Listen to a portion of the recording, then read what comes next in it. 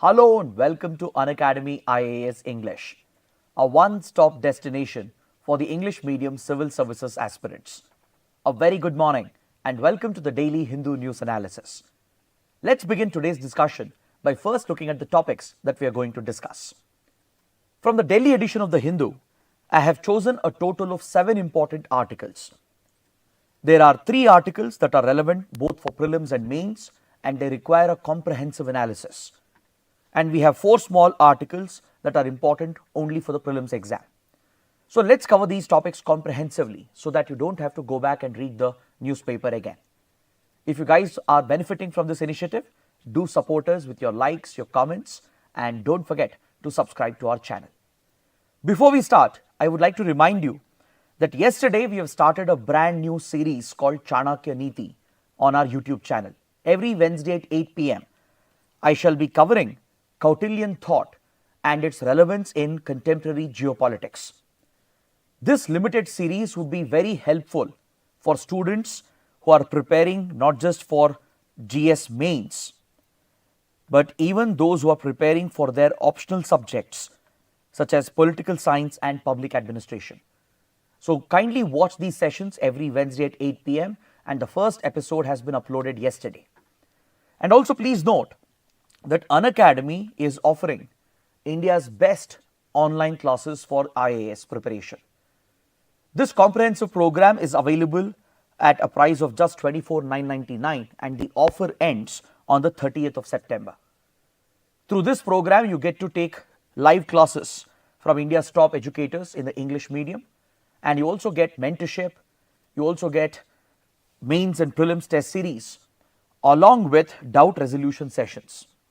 So do enroll for the program if you're interested, and you can contact the number provided over here or click on the link provided in the video description. With this, let's get started with the analysis by looking at the first article from page number 6. We have a column written by PDT Achari, a former Secretary General of Lok Sabha. This eminent personality is analyzing the topic of one nation, one election, which has been in the headlines in the last few days. So this presents a critical view of the writer. The writer is opposing the proposal to introduce simultaneous elections. Of course, it is a one-sided view of the writer, but I would try to balance it by providing you the counter argument as well. So let's take a detailed look at this article. See, Prime Minister Modi has been pushing the idea of simultaneous elections or one nation, one election since a few years. In fact, in 2019, when he delivered the Independence Day speech from the ramparts of the Red Fort, PM Modi called for introduction of simultaneous elections to bring more efficiency as far as elections were concerned in India. If you look at the ruling party's manifesto, the BJP's manifesto, it has promised the rollout of simultaneous elections as a major electoral reform. This proposal was given a further push when a high-level committee was constituted under the chairmanship of former President of India, Ramnath Kovind. Recently, the Government of India constituted a high-level committee headed by former President Ramnath Kovind, and the committee consisted of several top government representatives as well, including Home Minister Amit Shah and a few other expert members as well. So this high-level committee has submitted its report earlier this year recommending the introduction of simultaneous elections. And just a few days ago, the Union Cabinet has approved these recommendations, thus accepting the recommendations of the committee and setting the stage for the rollout of simultaneous elections in India. So talking about simultaneous elections, we have discussed in previous classes that right after independence, India did have simultaneous elections to the parliament and the state assemblies. If you look at the elections of 1952, 1957, for example, they were essentially conducted simultaneously, both for the central legislature and the state legislatures. But from 1959 onwards, as few state assemblies were dissolved prematurely due to the imposition of president's rule, a mismatch came up between the tenure of state assemblies and the parliament. And throughout 1960s, 1970s, there was a lot of instability across states due to the defection of the party members that led to the premature fall of several state governments. So by 1970s, we saw a situation where several state elections were out of sync with the general elections. Today, there are hardly 4 states whose elections are synchronized with the Lok Sabha elections. I've mentioned these states in previous classes. Now, if you guys remember, which are these states that have parallel elections with the Lok Sabha elections, please let me know the names of these states in the comments below. So over the years, there have been a lot of recommendations to bring back simultaneous elections because they do offer certain benefits. In 1980s itself, Election Commission of India started proposing the idea of bringing back simultaneous elections. The idea was given a push by former Prime Minister Atal Bihari Vajpayee during his term. Then, even under the UPA, Sonia Gandhi and LK Advani, the then top leaders of the ruling coalition and the opposition respectively, had met to discuss the idea of bringing back simultaneous elections. But the idea was never given a concrete proposal. Law Commission of India also has recommended several times to bring back simultaneous elections. But after PM Modi pushed the idea and after the BJP promised this in its manifesto, a high-level committee was constituted, and based on its recommendations, now the Union Cabinet has accepted its recommendations, and this has set the stage for possible introduction of a constitution amendment bill which could potentially introduce simultaneous elections back in India. So in this context, it's important to understand certain pros and cons of simultaneous elections. So to introduce one nation, one election, of course, there are constitutional amendments that are necessary. For example, Article 172 of the Constitution, which provides for a fixed tenure for our state assemblies, will have to be amended. Right now, state assemblies have a 5-year tenure. This may have to be cut short for certain state assemblies, and it may have to be extended for certain state assemblies in order to synchronize the period or the tenure of the Lok Sabha with that of the state assemblies. So, several constitutional provisions would require such amendments, and essentially this would require a special majority for such a constitutional amendment bill to be passed through, which means majority of the total membership of the House and at least 2/3 of the members present and voting. That is the numbers required in the Parliament to get such a constitutional amendment passed in the Parliament. Now, of course, the proposal of simultaneous elections also includes conducting simultaneous elections to local bodies as well, to your Panchayati Raj institutions and municipal bodies. The Ramnath Kovind Committee has recommended that the proposal to introduce simultaneous elections will be introduced in 2 phases. In phase 1, it will be first rolled out for Lok Sabha and state assembly elections.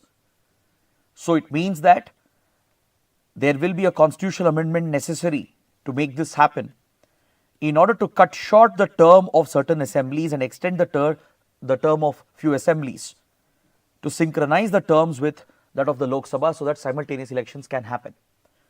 Such a constitutional amendment can be done with a special majority in the Parliament. You don't need concurrence with the states. You don't need more than half the states approving the constitutional amendment bill. So this can be done by the Parliament itself, and the only requirement is that there is a need for a special majority. So once phase 1 of simultaneous elections is rolled out, the Ramnath Kovind Committee has then recommended phase 2, which is to be introduced within 100 days of the general election. Within 100 days, elections to local bodies would be held, and this would require a constitutional amendment that not only necessitates special majority in the Parliament, but would require the concurrence of 50% of the states, as it affects issues concerning the state. So this is where approval of the states would be required. At least more than half the states would have to approve such a constitutional amendment. But to roll out simultaneous elections in phase 1 for Lok Sabha and the state assemblies, there is no need for any concurrence from the states. Just a special majority in the Parliament is sufficient. But however, the writer points out that the current ruling coalition, the NDA coalition government in power, doesn't have the required numbers in the Parliament. The special majority would require 362 members backing the constitutional amendment bill. but the NDA coalition currently has just around 292 in the Lok Sabha. So essentially, it means that the opposition will play a critical role. Without support from the opposition, simultaneous elections cannot be rolled out, right? The Constitution Amendment Bill that requires a special majority will require support from the opposition parties as well in order to ensure that the amendment bill is passed through. So this acts as a checks and balance, right? It allows the opposition to play a role in deciding whether simultaneous elections have to be rolled out or not. But however, the writer is raising some important issues. The writer points out that one of the arguments made in favor of simultaneous elections is that it will bring down the expenses. See, whenever we discuss the topic of one nation, one election, one of the pros promoted by the government in favor of simultaneous elections is that when you conduct simultaneous elections, you can avoid frequent elections. That brings down the cost of conducting elections. As you know, conducting election is a massive logistical exercise. The Election Commission of India does incur a significant expenditure, and political parties also spend a lot. However, the writer counters this argument. The writer says that by conducting simultaneous elections, there won't be any significant savings as such. The writer relies on data to prove his point. See, Election Commission of India does incur a significant expenditure, and this is allocated through the budget by the Parliament. The Parliament sanctions the budget of the Election Commission during the annual budget. Now, as per Article 324, Election Commission has superintendence over the election process, right? And to facilitate the conduct of elections, it does require financial support. So this comes through parliamentary approval through the union budget itself. So if you look at the current allocation for the current financial year, the Election Commission was allotted 466 crore rupees, which was obviously to facilitate the conduct of this year's Lok Sabha election. But the writer has a very valid point. 466 crores is not a very huge amount. It's not a very big significant amount.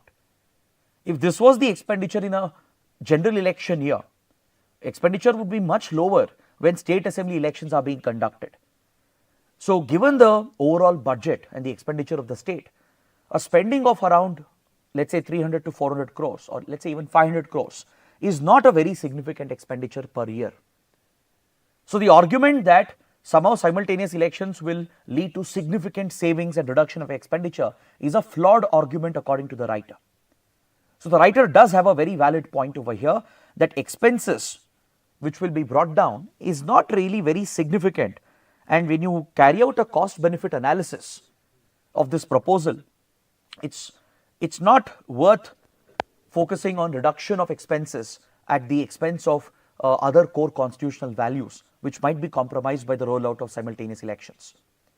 The writer says that the reduction in expenditure would be very insignificant, very minimal. And also please note that state governments do incur a lot of expenditure as well when elections are conducted.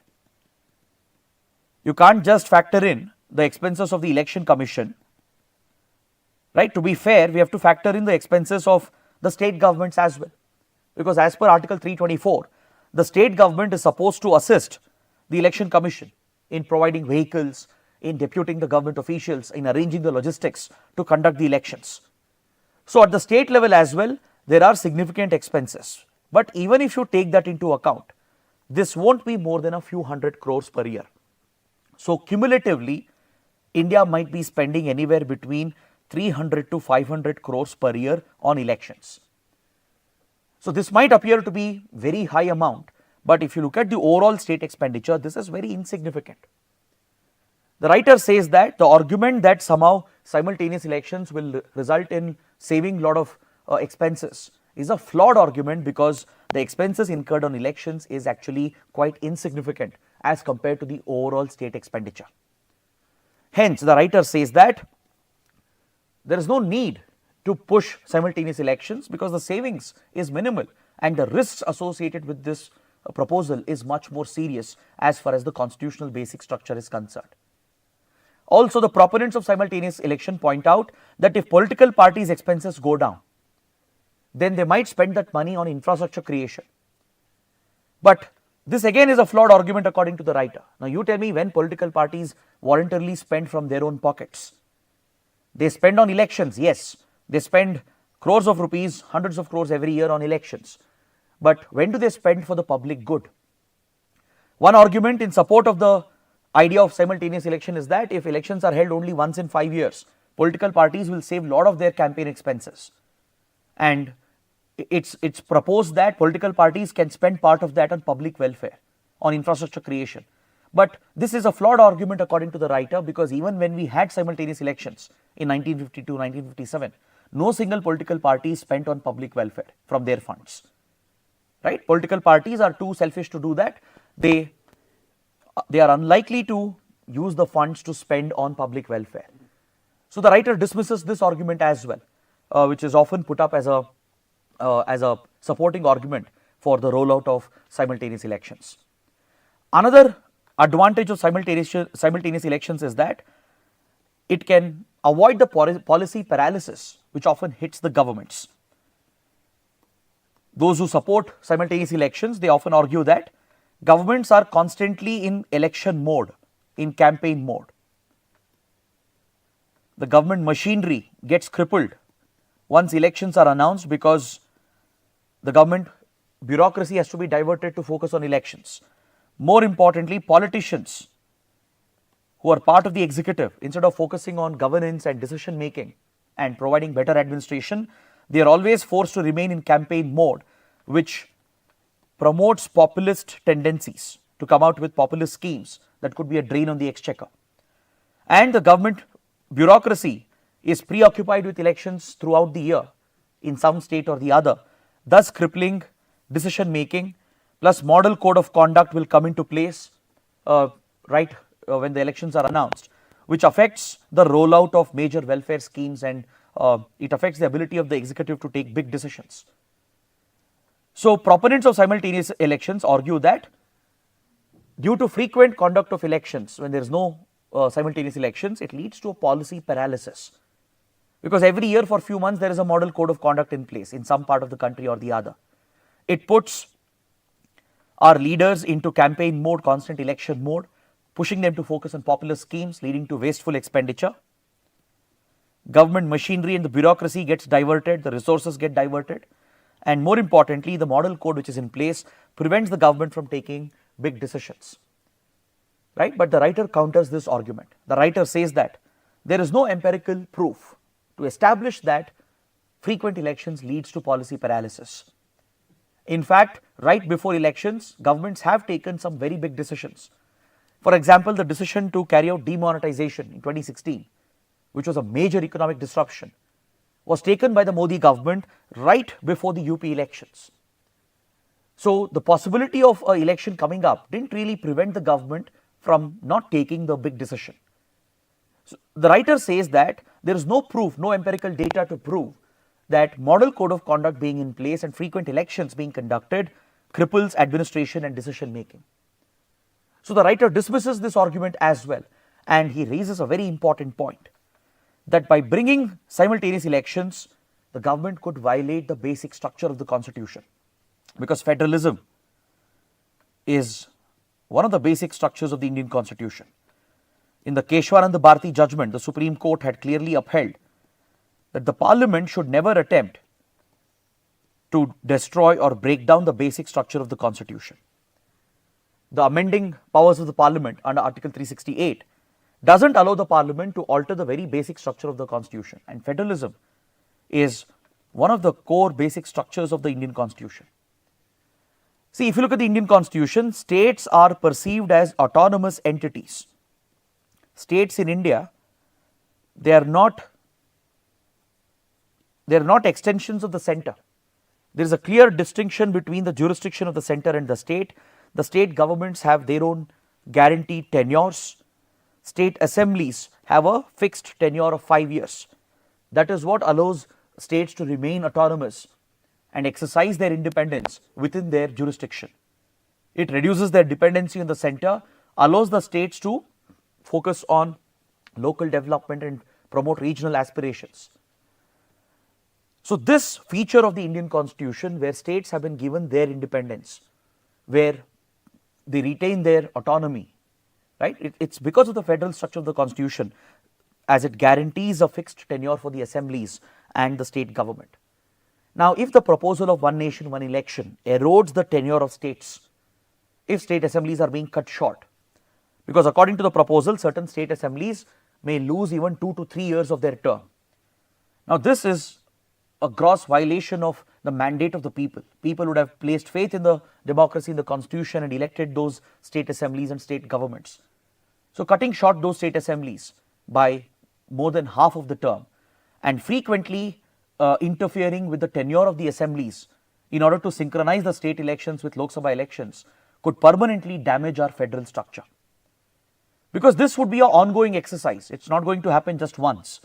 Even 10, 20 years down the line, imagine if simultaneous elections are in place. To ensure that all state assemblies are in sync with the Lok Sabha elections, during every cycle, a few state assembly terms will have to be ended prematurely. For few state assemblies, it may have to be extended as well. So, this constant meddling with the tenure of the state assemblies could destroy their autonomy, their independence, that violates the basic structure of the constitution. So, given the risks, the writer clearly says that the benefits don't really match up to the cost, the risk associated with simultaneous elections. The writer counters the benefits being propagated, that reduction in expenses, overcoming policy paralysis, better focus on governance. The writer breaks down and counters the argument and talks about protection of federalism and the federal nature of the Indian polity. And the writer also supports regular elections in place of simultaneous elections. The writer says that when every year some elections are being held, either Lok Sabha elections or some state assembly elections, it will make our political parties more accountable. See, political parties and their leaders, they feel that they are accountable and more responsible only when they have to approach the people on a regular basis. Imagine if elections are happening every year in some part of the country or the other, the political leaders, the political parties, they know that they have to go to the people seeking their votes. And this automatically makes them more responsible and accountable to listen to the people, to respect their aspirations and fulfill their demands. That's what provides for a truly participative democracy. But if, imagine, elections are held only once in 5 years, when simultaneous elections are rolled out, if elections are held only once in 5 years for Lok Sabha, state assemblies and even local bodies, there is no incentive, there is no pressure on political parties and leaders to approach the people, right? They would largely cut off from the grassroots, right? And they would only go to the people once in 5 years. That could weaken the aspirations of the people, which could weaken Indian democracy itself, right? So, this is a strong argument that the writer is presenting against the idea of simultaneous elections. But again, you need not agree with all the points of the writer. As I said, there is a strong counter argument as well. There are many benefits and advantages of conducting simultaneous elections, which is being supported by the government. As I said, the reduction in expenses, the reduced strain on the government machinery, and the better focus on decision making, governance, and better delivery of services. So, there are many benefits of simultaneous elections as well. That is something you need to keep in mind to ensure that you have a balanced view about this topic. Now, let us look at a practice question. Holding of frequent elections in India has many positive benefits. Do you agree? Critically discuss in the context of the proposed idea to hold simultaneous elections. So, essentially the question is asking you whether it's good to hold frequent elections in India. What are the positive benefits? That is basically, if we don't have simultaneous elections, if we continue with the current format, where Lok Sabha elections happen separately, state assembly elections happen separately, every year there are frequent elections being conducted. So, what is the benefit of holding such frequent elections? That is the focus of the question. So, you need to point out your view. Do you agree with this or do you disagree with it? And you need to analyze whether simultaneous elections are better than the current format of regular elections. So, what you can do is you can start out your answer by talking about the history of simultaneous elections in India. Maybe that is one approach you can take, right? You can just give a brief outline about how simultaneous elections were conducted in the 50s, but how we moved towards regular elections because of the changes that happened at the state level. You can discuss that. There have been a lot of recommendations to bring back simultaneous elections, and in the body you can go on to give the advantages of simultaneous elections and present a counter argument pointing out the benefits of holding frequent elections. Maybe you can draw a table, right? On one side benefits of simultaneous election, on the other side benefits of regular elections. So that is one approach you can take, and you can conclude the answer by expressing your stand, by expressing your support either for regular elections in the current format or for one nation, one election. The other approach would be to directly start with the positive benefits of holding regular elections. You can directly start out in the introduction itself and discuss the benefits of frequent elections. How regular elections can bring more political accountability, how it pushes the political leaders in the parties to reach out to people, and thus they are held accountable and responsible, right? So you can start out with the benefits of regular elections and express your view, whether you agree with this or not, right? You can either take a stand for simultaneous elections or against it. It's up to you. But whatever stand you take, ensure that you provide balancing arguments. Ensure that you present both sides of the argument. The question is asking you to critically discuss. So again, in the body, you will have to compare the two. So you can draw a table. I think this would be the best mode of writing the answer for this particular question, where you can show the advantages, disadvantages of simultaneous elections and regular elections. You can discuss both pros and cons and then conclude by expressing your support or by countering the argument against simultaneous elections, or you can show favor towards simultaneous elections or for regular elections. So that would be your conclusion. Now let's look at the next article. The next article is very interesting. We have covered the topic several times, but the argument being made by the writer here is very, very interesting. And also it's based on some recent developments. That's why I feel we should take a look at this article. See, we have discussed enough about critical strategic minerals and how China controls the supply chains of critical strategic minerals. But there are some interesting points being raised in this article, and that is why I feel the article is important. See, the article mainly focuses on how China has been using its control over critical strategic minerals as part of its foreign policy. China has made control over critical mineral exports. It has been curbing and restricting access to other countries as far as critical strategic minerals are concerned, and this has become part of China's statecraft. As part of Chinese diplomacy, which is known to be aggressive, China has been imposing curbs, restrictions on the supply chains of critical minerals. China is trying to leverage the economic advantages it has, the dominance it has over critical mineral supply chain, and is trying to leverage this for geopolitical gains. In fact, in this year's mains, we had a question based on this. A question on supply chains, how Western countries are cultivating India to focus on alternate supply chains to reduce dependency on China. That's why I feel the topic is very important. So let's take a look. Let's see why the article has come up again. Because there have been some current developments which you should be aware of. Recently, China has restricted the export of a critical mineral called antimony. So there's a prelims point here as well for you. You should know the application of antimony. There can be a basic science question, science and technology question in prelims. Antimony finds critical application in the industry, especially defense industry. It is used in the manufacturing of military hardware like missile components, infrared sensors, flares, ammunition, and even in nuclear weapons. So antimony is a critical strategic mineral that finds a very valuable purpose in the defense industry. And China controls the supply of antimony, and recently it has restricted the export of antimony. This is part of the ongoing US-China trade war, where China has been weaponizing its trade advantages. China is not only fighting an economic war, it's not only resorting to tariff wars and restrictions on exports, but through that economic policy, It is trying to weaponize its dominance of the global markets and supply of critical minerals to punish the rival countries, to cripple the rival countries. So this leads to the weaponization of the trade advantages that China enjoys when it comes to critical mineral supply chains. Now, this is not happening for the first time. It has happened repeatedly, and I would like to give those specific examples so you can include them in your mains answers. See, China, as you know, is not just a stakeholder in the critical mineral market, it is a leader.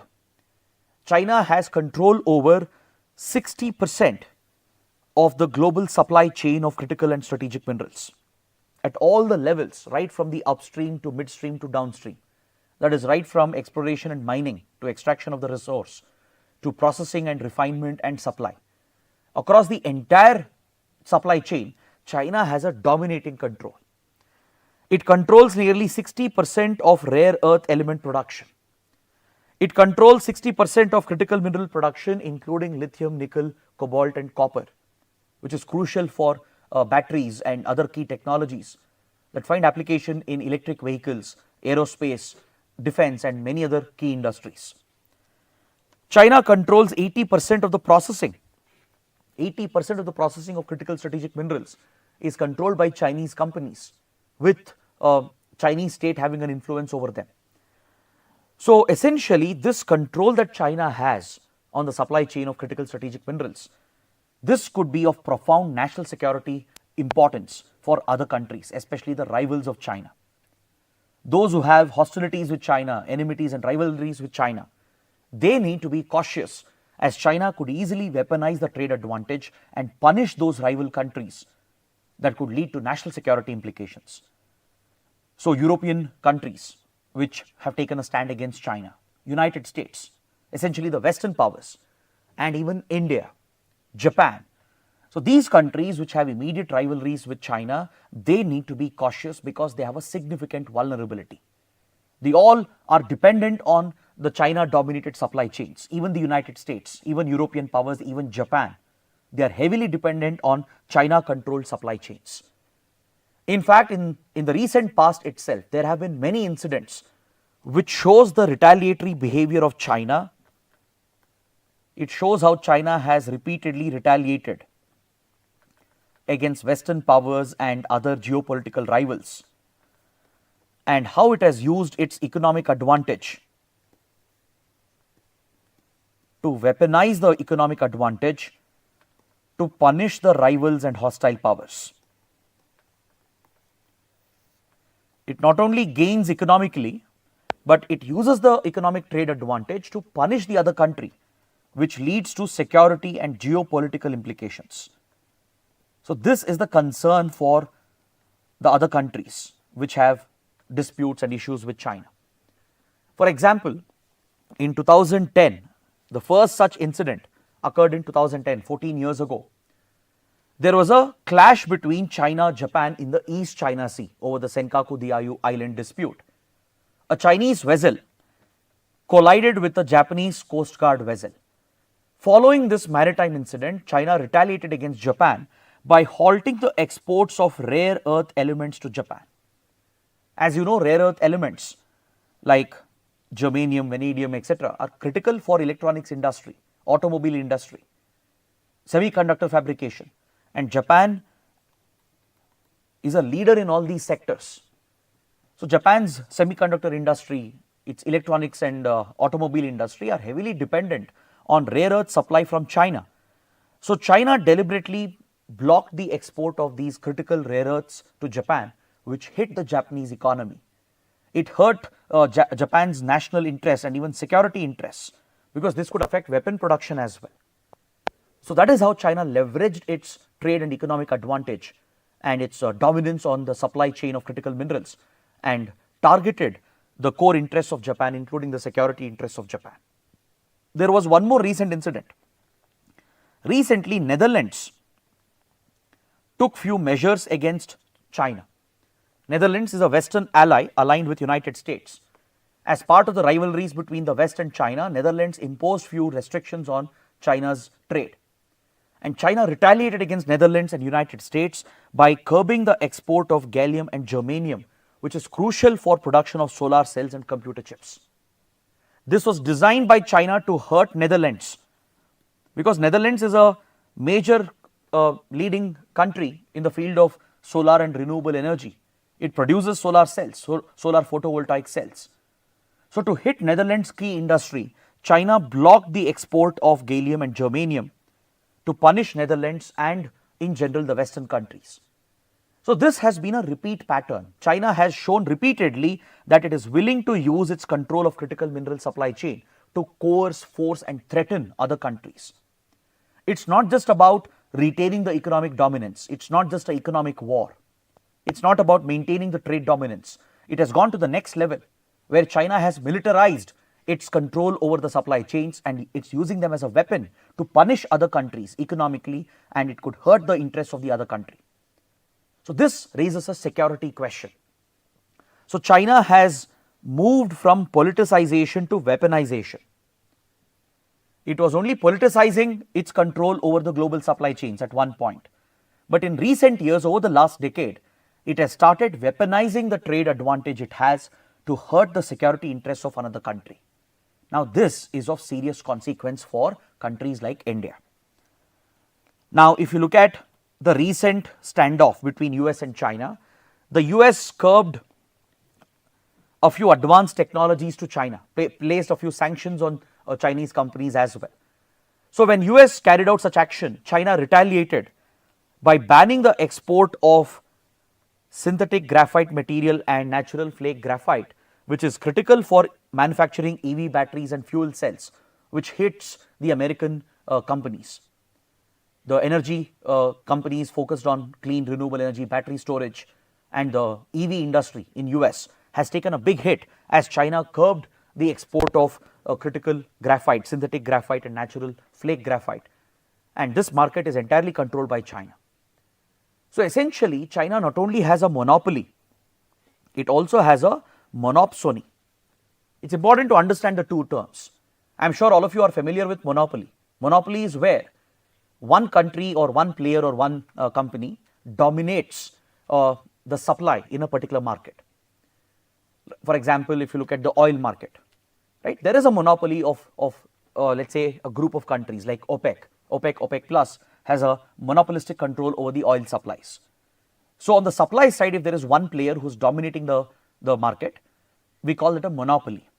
Similarly, on the other side, on the buyer's end, if there is a dominance of one entity, one country or one company or one organization, that is called a monopsony.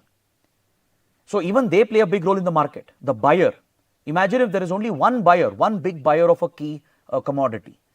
So that buyer can control the market, just like suppliers, the sellers can control the market. Similarly, if there is one dominant buyer, right, if they have a dominating control over the market, if they have the biggest market share, they can control the market as well. So China is both when it comes to critical and strategic minerals. It's not only the biggest producer and supplier of critical strategic minerals, it's also one of the biggest consumers. This allows China to not only have a monopoly from the supply side, but from the buyer side, it has a monopsony, thus controlling market from both the sides. It is this advantage that China misuses to punish its rival countries. It's both a mineral supplier and a buyer, and China misuses this advantage and the control it has to punish the rival countries. So it has clearly moved from politicization to the weaponization stage. This has become an integral part of Chinese foreign policy, which is seen to be very aggressive. Especially under Xi Jinping, China has adopted a very aggressive strain of diplomacy called wolf warrior diplomacy. So as part of this aggressive approach, China has been retaliating with countermeasures against its rivals. And this is no longer about diplomatic dominance, it's no longer about political dominance. It's about fighting wars, crippling other countries, destroying other countries by using the economic advantage. Let me give you one example. United States depends heavily on few critical minerals and strategic minerals to build some advanced defense equipment. For example, the US is working on the Virginia class submarines. It's working on the F-35 fighter jet. Such advanced weaponry, right? They are mainly meant to enable US to counter rivals like China. But you know what China has done? China is the key supplier of essential critical strategic minerals needed for manufacturing the critical components which goes into these submarines and fighter jets. So China has blocked the supply of these minerals to American defense manufacturers, thus crippling the American defense industry and America's military preparedness against China. So tomorrow, China can hit other key sectors, the missile industry, for example, right? Or components related to space technology, components related to nuclear weapons. If you want to produce those key components and equipments and technologies, and if you are dependent on China, that is a big risk, because China is weaponizing its control over the market, targeting specific countries and companies, blocking the export of these critical strategic minerals, which gives China an unfair advantage in this critical market. So it is this great game which is going on that you need to understand. And especially, India remains extremely vulnerable, because as of today, we almost have 100% import dependency when it comes to critical strategic minerals. We barely have any domestic production. We do have a strategy to focus on domestic production, but it is yet to take off. Currently, we are extremely dependent on imports, especially on China-dominated supply chains. So that is why we are trying to create alternate supply chains. We are working with like-minded countries to form partnerships. For example, India has joined the Mineral Security Partnership led by United States. India, Australia have a critical mineral security partnership initiative, where Australia, which is a powerhouse of critical minerals, can provide reliable supplies to India. Right? We have set up a supply chain resilience initiative with Australia and Japan to create reliable alternate supply chains to reduce dependency on China-controlled supply chains. So such global initiatives are being taken up by India with like-minded countries to counter China. We are focusing on our own domestic policy. In this year's budget, a critical mineral mission has been announced by the finance minister with focus on domestic production, recycling,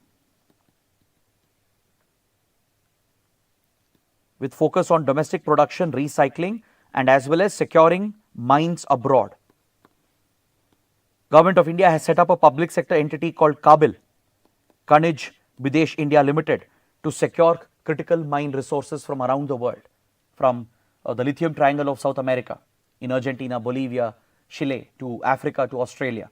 KABIL is working with all these key countries where the reserves are found to secure mines for India so that we can reduce our import dependency, reduce our dependency on China. So this is something you need to look at, and please take up this practice question.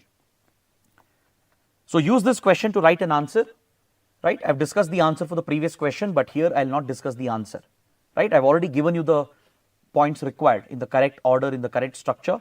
So use those points to build an answer to this question. This is a kind of question you can anticipate in GS paper 2 under IR, or maybe even in GS paper 3 under economy. The topic is not restricted only to international relations. It is connected to economy as well. So please write an answer to the question and post your answers in the comment section. Coming to the third article on page 7. The article is related to the topic of nuclear disarmament. See, today, the 26th of September, is a very important day with regard to nuclear disarmament, because this day is marked by the United Nations as the International Day for the total elimination of nuclear weapons. Please write this down, very important for your prelims as well. Whatever we are going to discuss under this article will be relevant both for prelims and mains. So 26th September is marked by the United Nations as the International Day for the total elimination of nuclear weapons. The UNGA, the UN General Assembly, a few years ago has adopted a treaty called Treaty on the Prohibition of Nuclear Weapons, or TPNW. Treaty on the Prohibition of Nuclear Weapons. Now don't confuse this with Non-Proliferation Treaty. Your Non-Proliferation Treaty is distinct and completely different from the total prohibition on nuclear weapons. So let me explain the differences between the two. and why the world is striving towards a nuclear-free world. How this treaty adopted in 2021 could potentially push the world towards becoming free from nuclear weapons. So let's explore this topic. See, Non-Proliferation Treaty or NPT that was brought out in 1967, it was meant to prevent the proliferation of nuclear material and nuclear technology. Proliferation meaning spread. The spread of nuclear technology and material was supposed to be curbed through the NPT. But however, countries like India and even Pakistan and Israel have boycotted the NPT. India's stand is that we will never sign NPT no matter what, because India considers the NPT to be discriminatory. It was brought out in 1967-68 primarily to target countries like India, which were looking to pursue their own nuclear weapons program. It is discriminatory according to India because only the P5 countries are recognized as the official nuclear weapon states. That is why India has said that we will never sign NPT, because according to NPT, before the cutoff date, before 1967, whichever country had tested and procured nuclear weapons, they can retain their nuclear weapons. This was essentially meant to benefit the P5, the 5 permanent members of UN Security Council. That is United States, the then Soviet Union, today Russia, China, United Kingdom and France. These 5 countries had possessed, basically they had developed and tested and built a nuclear arsenal by 1967. So NPT meant that these 5 countries could retain their nuclear weapons, they could even continue the development and testing to upgrade their nuclear arsenal, whereas every other country which is not a nuclear weapon state will have to make a commitment, an international legal commitment, that they will never pursue nuclear weapons. So if India were to sign NPT, it basically means we had to shut down our nuclear weapons program. That is why the then Indira Gandhi government strongly rejected the NPT, calling it a discriminatory treaty. Given that our neighbor China, who was a hostile neighbor with whom we had fought a border war, given that China possessed nuclear weapons by then, it was a necessity for India to build deterrence by pursuing its own weapons program. On similar grounds, Pakistan also said it will never sign NPT. If India pursues nuclear weapons, Pakistan would also try to build deterrence. Israel, on the grounds of security, on the grounds of building deterrence against its West Asian Arab rivals, retained the option of building nuclear weapons. So these 3 countries have never signed NPT. So NPT was meant to prevent the spread, the proliferation, the further spread of nuclear material, nuclear technology, especially nuclear weapons, into the hands of other countries. It only recognizes 5 permanent nuclear weapon states, which are the P5 countries, allows them to retain their nuclear arsenal while expecting every other country to give up their pursuit of nuclear weapons. So as you can see, NPT is inherently discriminatory. It favors few countries, it acts against few countries. So according to India, this was not acceptable. So we rejected the NPT. But if you look at TPNW, the Treaty on the Prohibition of Nuclear Weapons, this marks a new beginning in the era of nuclear disarmament.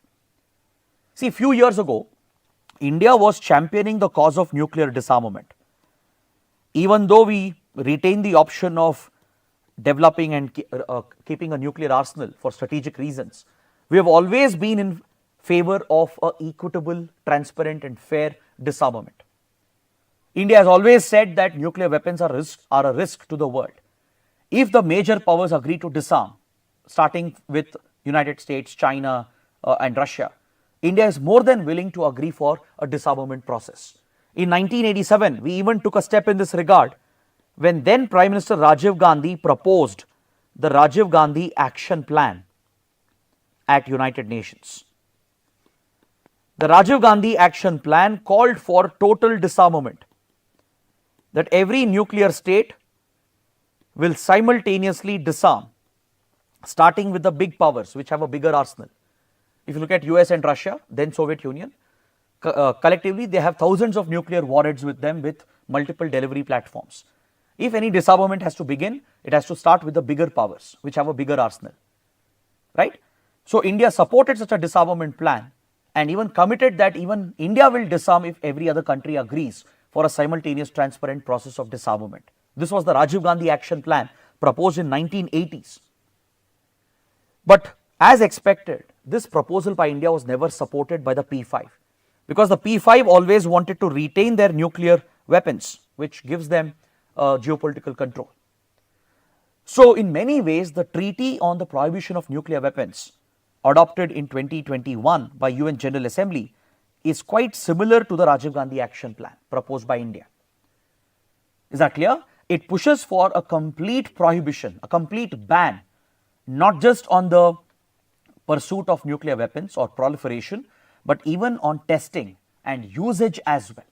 In that regard, NPT is very short-sighted and limited. NPT never prohibited the usage of nuclear weapons. NPT only dealt with proliferation, the spread to other countries, meaning US, Soviet Union, China, UK, France can have nuclear weapons. They can build them, they can even use them. There is no ban on these P5 countries from using nuclear weapons. If wanted, they can go ahead and use nuclear weapons. There is no international treaty prohibiting that.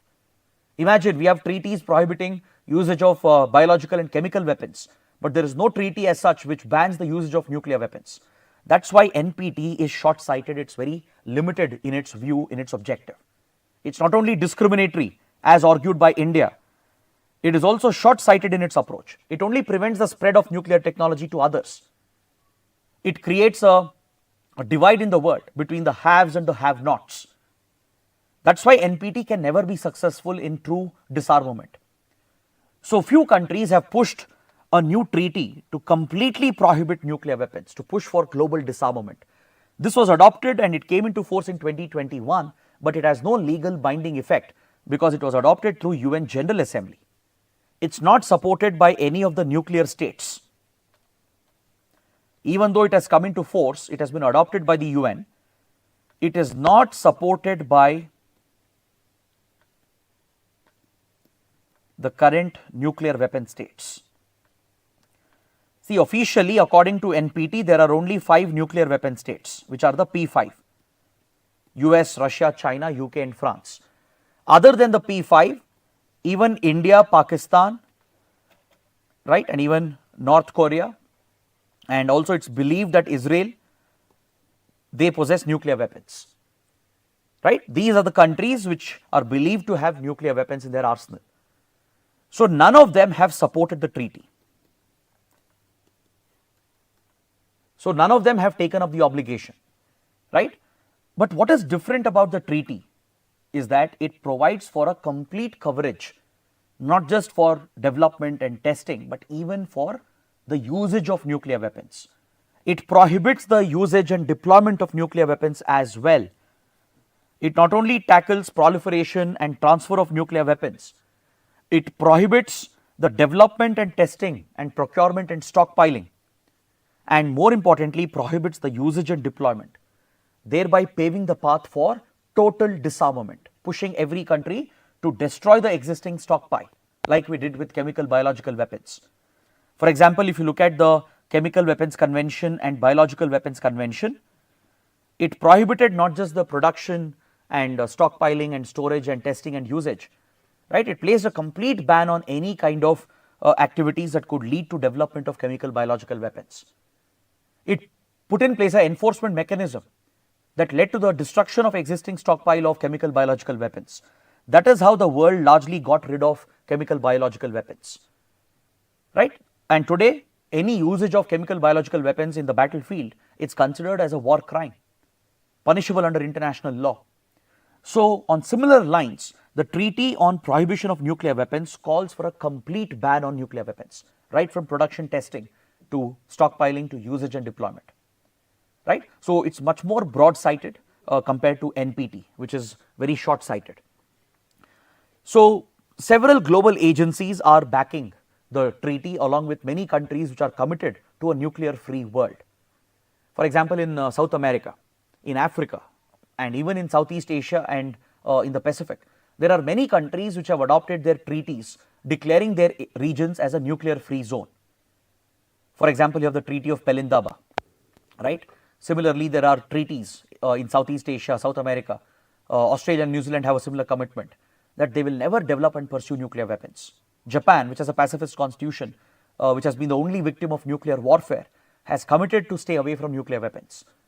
So many countries are backing this treaty, and it only needs the support of the nuclear states, the P5 and the others like India, Pakistan, North Korea, Israel, which have stayed out of NPT. North Korea had signed NPT at one point, but it quit NPT. It's the only country to have quit NPT, and then illegally it pursued the development of nuclear weapons. So the writer is pointing out that this treaty has great potential to bring stability to the world. It has great potential to address the tensions which are building up because of ongoing conflicts where there has been mention of nuclear weapons. For example, if you look at Russia-Ukraine war, Russian President Putin has repeatedly threatened a possible nuclear war. This is called saber rattling, right? It's about stepping up the tensions and promoting nuclear weapons as a deterrent. But generally, such tensions could lead to miscalculations and aggressive actions from the other side. Things could go, they could spiral out of control, and there could be miscalculations and eventual mistakes that could be made. Russia has said that any support from NATO, any aggressive support from NATO to Ukraine will be pursued as it will be perceived as an aggressive act. Russia might even resort to the nuclear option to target Ukraine or the NATO allies. That's what Putin has repeatedly stated. So, Russian leader has been throwing around the N word frequently, right, blatantly, without thinking about the consequences. So, given the tensions persisting in West Asia, the tensions between West and Russia, the tensions between West and China, it is all the more important to reduce the tensions once for all by pushing for a transparent and equitable disarmament of nuclear weapons. The writer says India has been quite responsible. Even though we have not signed or supported the new treaty, at least we haven't done anything to harm the treaty. See, as of now, 70 countries have signed and ratified the treaty on the prohibition of nuclear weapons. There are 27 more which have signed but are yet to ratify, which means close to 100 countries, almost 97 countries are in favor of this treaty. So, if the others, especially the nuclear states which possess nuclear weapons today, if they were to back the treaty, only then it will become a reality. But others are trying to harm the treaty, especially US, Russia, China, which want to retain their nuclear option, right? They give the excuse of deterrence. They keep arguing that possessing nuclear weapons is like a deterrent, which prevents the enemy from attacking them, preventing a war, preventing a bigger escalation. They say that nuclear weapons serve a strategic purpose and they prevent wars and conflicts. But this is an excuse given by them to retain nuclear arsenal and use nuclear weapons to maintain their geopolitical dominance. So they are trying to undermine the treaty, as US, Russia, China are unlikely to ever agree for disarmament. They are trying to undermine and sabotage the treaty, but India has been responsible in this regard. Even though we don't support the treaty as such, because India will never agree for disarmament unless and until all the big powers agree for that. But at the same time, we have not targeted the treaty. In fact, we didn't even target NPT for that matter. India opposed NPT, we called it a discriminatory treaty and stayed out of it. We said we will never sign the NPT, but we never actively undermined the NPT because we have a in principle commitment to the policy of disarmament. India has always been against nuclearization of the world. We have been against the increased proliferation of nuclear weapons. India knows that this leads to a risky situation where nuclear wars could become more possible. Right? So, from 1960s, we have favored disarmament only if it is fair and equitable, only if it is transparent. Only if the big powers disarm, only then India will also agree to disarm as well. But that said, we have never targeted the NPT. Even though we were opposed to it, we called it discriminatory, we never signed it. We never undermined the NPT. Similarly, we are not undermining the treaty on the prohibition of nuclear weapons adopted in 2021. We have said we will not sign that because unless and until others agree, we will not sign that. But we are not targeting the treaty or trying to undermine that. But others, especially China and US and Russia, are trying to undermine the treaty. So this shows how nuclear powers are divided on the topic of disarmament. But this treaty definitely has the potential. If countries can come around and agree for a treaty for prohibiting nuclear weapons, right from production to testing and usage. This could be like the equivalent of the Chemical or Biological Weapons Convention, which helped in getting the world rid of these weapons of mass destruction. With great effort, we have somehow got rid of most of the chemical and biological weapons stockpile. Except for few rogue actors and rogue countries, most countries have destroyed their chemical and biological weapons stockpile. India, for example, is strongly committed to abide by the obligations of Chemical and Biological Weapons Convention. So, similarly, if this treaty goes through, gets the support of all the nuclear weapon states, then we might be living in a nuclear free world. I know it's too idealistic and too hopeful as well, but definitely the potential is there, as close to 100 countries are backing it if everyone were to agree, right? If US, China, Russia especially were to show the willingness, this could tone down the tensions as well. It would reduce the nuclear saber rattling, reduce the rhetoric and the tensions, and possibly even end several wars and conflicts. So that is what we learned from this important topic, and please pay attention to this treaty. It's a treaty which is still under work. There might be developments regarding this, and that is something you need to keep track of. Now we come to the last part of today's discussion, where we take a look at the small prelims articles. On page 10, we have an article related to SCO, the Shanghai Cooperation Organization. So this year's Heads of Government meeting of SCO is being hosted by Pakistan in Islamabad. Pakistan is playing host to the SCO Heads of Government meeting. SCO is a very important regional organization focused on Central Asia, Eurasia region. It started out in 1996 as the Shanghai Five, led by Russia, China, and Central Asian countries like Kazakhstan, Kyrgyzstan, and Tajikistan. They focused on building political, economic, and military relations. In 2001, Uzbekistan joined the group, and through the Shanghai Pact, the Shanghai Cooperation Organization was born. SCO was established. And gradually the group has expanded.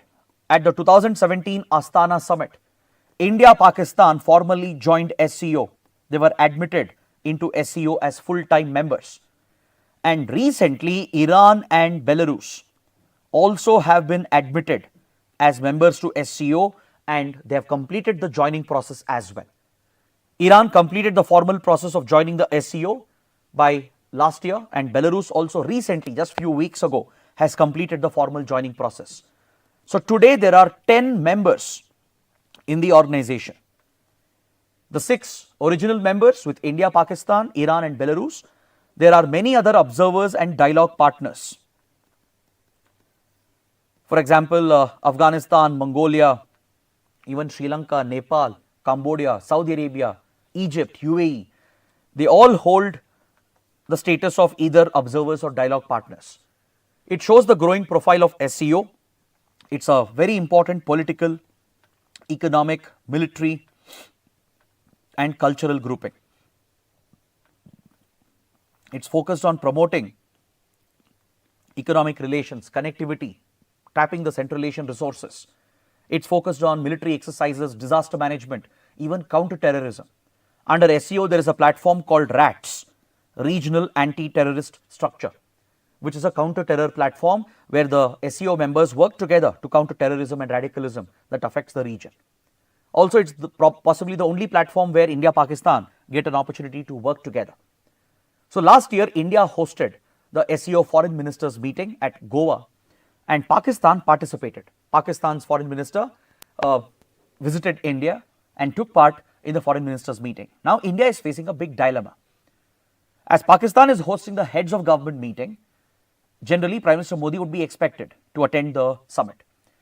But for several HOG meetings of SCO, Prime Minister has often skipped the meeting. Instead, Foreign Minister Jaishankar has represented India. If it was any other country, if it was, let's say, Iran hosting the summit, or Russia or China, or even a Central Asian country, India would have no hesitation. But given that Pakistan is going to host this meeting and a senior Indian leader has to be present, it has created a challenge for India. Because over the last few years, India-Pakistan relations have completely broken down, especially since Uri and Pulwama terror attacks. Following India's retaliation, India-Pakistan relations were downgraded by India. And after the changes related to Jammu and Kashmir and Article 370, Pakistan also has scaled down the ties and we barely have an existing relationship. But at the same time, India can't skip the event because SCO is a very important multilateral platform. It helps India project power and influence across Central Asia, Eurasia region, work with the regional powers to focus on common interests. So, most experts are saying that India should not miss the opportunity, right? And also sources are indicating that India will attend. Most likely, India's Foreign Minister Jaishankar will represent India. It might be a virtual representation as India might be uncomfortable in sending a leader to Pakistan, or if everything works out, then Jaishankar might even visit in person and attend the summit. But former diplomats are urging the government to send the foreign minister in person, not just to hold a virtual meeting, because SCO is much more important. We should look at multilateral events separately. We should not allow our bilateral tensions with Pakistan to affect a multilateral initiative. We should draw lessons from how SAARC has failed because of this reason. The constant India-Pakistan tensions, Pakistan's meddling and interference, and India's refusal to cooperate has led to the complete collapse and failure of SAARC. It has led to failure of regional diplomacy and regional cooperation. So we should draw a lesson from here and we shouldn't allow India-Pakistan rivalries and tensions to derail a critical platform like SCO. So we should separate the two. Our bilateral ties with Pakistan is separate. Maybe Foreign Minister Jaishankar need not meet with the Pakistani Foreign Minister and the leaders when he visits Islamabad. We need not have a standalone meeting. No bilateral meetings have to be scheduled. We just have to take part in the SCO meeting, which is more critical. So India should bring that maturity into its foreign policy to treat the issues separately. Even if Pakistan is hosting it, it is a critical platform for us. We should attend and participate and keep our bilateral tensions with Pakistan separate from this multilateral engagement. So that is what we learned from this article. Next, a small update regarding India's agriculture. The government has informed that record production has been noted of certain food grains, especially rice. Record production of rice and millets has been recorded, which plays a critical role in our food security. Compared to previous year's production level, production of rice and millets has gone upwards, and this record production places India at a very comfortable level as far as food security is concerned. But however, there is a fall in production of other key agricultural commodities. For example, the production of pulses and oil seeds has seen a decline. This has always been a problematic area for India. We rely on imports of pulses and oil seeds and edible oil, which constitutes a significant part of our import bill. But our production of pulses and oil seeds have declined primarily due to unpredictable rain, droughts, heat waves and extreme weather, which has affected the production area, especially the arid, semi-arid belt where pulses and oil seeds are grown from interior Maharashtra to interior Karnataka. Several of these regions have been hit by lack of rainfall, drought conditions and deadly heat waves, which has destroyed the production of pulses and oil seeds. So compared to last year, the production has gone down, which means for the coming year, we will be dependent more on imports, which will increase our import bill. But when it comes to rice and millets, the essential food grains, we have recorded a record level production. So that is what you need to understand. You need not mug up and by heart the numbers. The statistics are not needed. Understanding the trend, where India stands with regard to food security. What food grains do we produce in sufficient quantity? Right? Where do we lack? We lack in pulses and oil seeds. We rely on imports. So that kind of understanding is very, very important. Next, another article related to international relations, just an update. Jaishankar, the Indian Foreign Minister, has said that India is talking to both Russia and Ukraine, sharing information with both of them in an attempt to bring peace in the ongoing war between the two countries. There has been a lot of speculation since PM Modi's visit to Russia and Ukraine that India might play the role of a peacemaker. Recently, National Security Advisor Ajit Doval visited Russia, met with Putin and the Kremlin leadership, and it's been reported and speculated that Ajit Doval took a peace plan and discussed the idea with Russian leadership. So as of now, Jaishankar has said that India is sharing information related to a peace proposal between the two governments of Russia and Ukraine, and possibly there might be a peaceful end to the war with Indian mediation. So this again is a further update on India's possible role as a mediator between Russia and Ukraine, which can possibly bring this war to an end. And also Jaishankar has said that India has no policy of interfering and meddling with the neighboring countries. Because quite often India is accused of being a big brother, being a hegemonic power which interferes in all the neighboring countries and meddles in their internal matters. Now, given that our neighborhood has seen a major decline in stability, all our neighboring countries have gone through a major crisis, which even represents a big failure of the foreign policy of the Indian government. From Nepal to Myanmar, to Bangladesh, to even Maldives and Sri Lanka, India has seen instability and crisis in one country after the other. Of course, Pakistan is also part of this, but our leverage with Pakistan is very limited to control the events. But with other neighbors, things have deteriorated, our interests have been compromised, anti-India sentiments have risen, anti-India leaders and governments have come to power. So this marks a significant decline in India's foreign policy influence in the neighborhood, despite the Modi government having a neighborhood first policy. So critics are pointing out that our foreign policy is failing in our own neighborhood, while the government focuses on faraway regions. And there is also accusation coming in from the neighboring countries that India meddles and interferes in the neighboring countries. Whenever adverse developments happen, it's blamed on India that India plays a interfering role, be it in the politics of the elections or be it in the social issues of our neighboring countries, the economic situation in our neighboring countries. India is quite often accused of being a big brother, a hegemonic power, which meddles with the internal issues of the other countries. So Jaishankar has countered these statements and he has said that India has no policy of interfering with neighboring countries. We don't impose ourselves on our neighbors. Whatever development happens, right, even if it's adverse development, India will try to adapt, will try to work with whoever comes to power. Right? In Bangladesh, for example, Sheikh Hasina was a good friend for India. Awami League was in favor of India. Just because the pro-India government has fallen doesn't mean India will target Bangladesh. That's what Jaishankar seems to indicate. Doesn't mean India will meddle with Bangladesh's internal affairs. We will learn to work with whoever comes to power and we will not interfere with their internal matters. That is the assurance given by Indian Foreign Minister. Next, coming to the last article.